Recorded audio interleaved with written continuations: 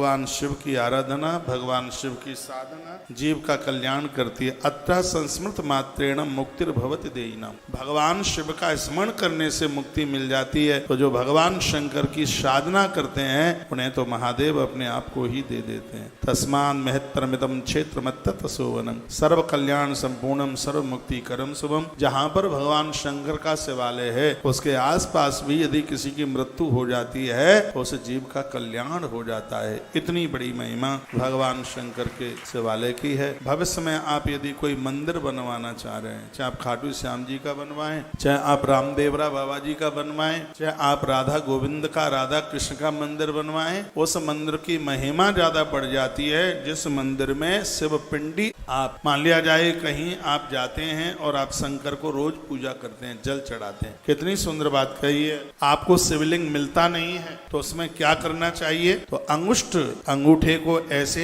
यूं करें, अंगूठे को यूं इस तरीके से, इसको शिवलिंग मुद्रा कहते हैं। बाएं हाथ से जल लीजिए और अंगूठे के ऊपर एक लोटा जल चढ़ा दीजिए। उस समय आपको वही फल मिलेगा जो महादेव के मंदिर में शिवलिंग के ऊपर जल चढ़ाने पर जो फल मिला। लेकिन अब इसका अर्थ ये तो होता नहीं है कि अब रोज अंगूठे के ऊपर ही जल चढ़ाएं। ये तो तब है जब आपका ये नियम है और मंदिर कहीं मिला नहीं है, शिव पिंडी आपको कहीं मिली नहीं है, तो उस समय अंगुष्ठ के ऊपर जल चढ़ाने से भगवान शंकर की पूजा पूरी हो जाती है। कितना सस्ता देवता है, कितना सरल देवता है। और यह भगवान पंचमम मुक्ति हेतुर्वे नित्यम मयि च सुस्थिरम, 5 मुख हैं, ये 5 तत्वों से हमारी रक्षा करते हैं। 5 मुख हैं, इनके 5 तत्व हैं। एक है धरती का, एक है जल का, एक है अग्नि का, एक है वायु का और एक है आकाश का। ये 5 ही तो तत्व हैं जिनसे जीव की रचना हुई है। तो ऐसे भगवान महादेव हैं जिनके पास 5 तत्व मिलते हैं। शिव के अलावा किसके पास मिलेगा 5 तत्व?